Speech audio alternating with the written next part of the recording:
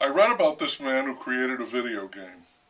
He was a software geek who wrote code and came up with this game. It was not a product that looked especially promising, but it turned out to be a kind of ugly duckling.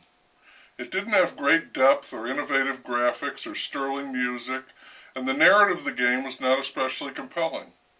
But there was something unique and catchy about the game, perhaps connected to its crudity, that people found compelling. You might say that the users, the consumers, the players made this game as much as its designer. Against the odds, they found something in it that was an inexhaustible treat. They played it in unexpected ways, not according to any directions, and it became a cult hit, and then that crossed over to the mass market, and it was a smash. For the man who made it, it made him millions of dollars, and then hundreds of millions, and after that, really, who was counting? The money just kept rolling in.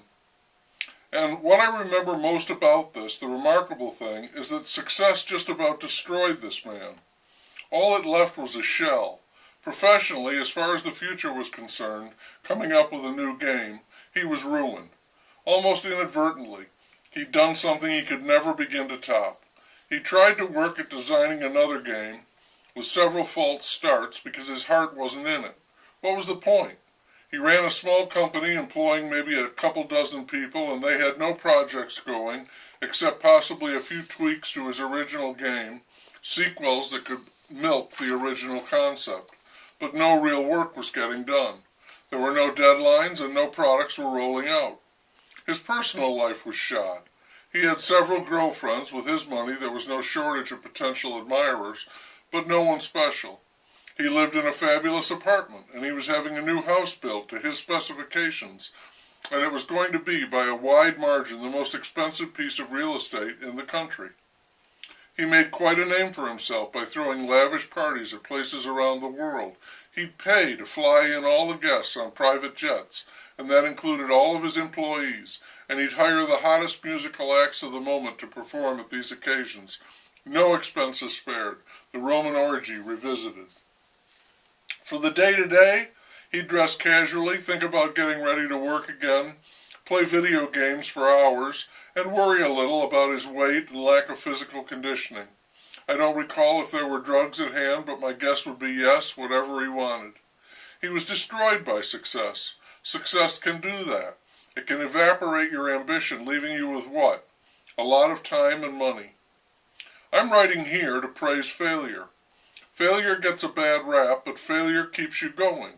Necessity is the mother of invention, I agree, but failure may be the dad, a dynamo that can lead to discovery, providing you don't let failure beat you, which can be difficult. The ideal combination may be a modicum of success with failure springing up like leaks in a boat. Success is something of a mirage. In order to achieve it, some people will sacrifice a great deal, sometimes their honor. They will cheat, the end having justified all means to get there. And that places a great qualifier on the success achieved. In a sense, and I admit this sounds like hogwash and is hard to grasp, failure can be a blessing. Samuel Beckett wrote something like, try, fail, try again, fail better. Now, I'm not embracing failure here. Failure sucks. It's galling. But the pain of failure can be a goad, a stimulus.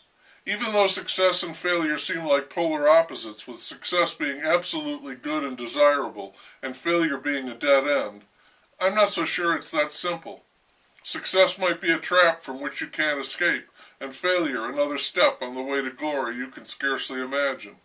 Still, no question, given the choice, we would prefer every time to succeed. That prospect is what makes failure endurable.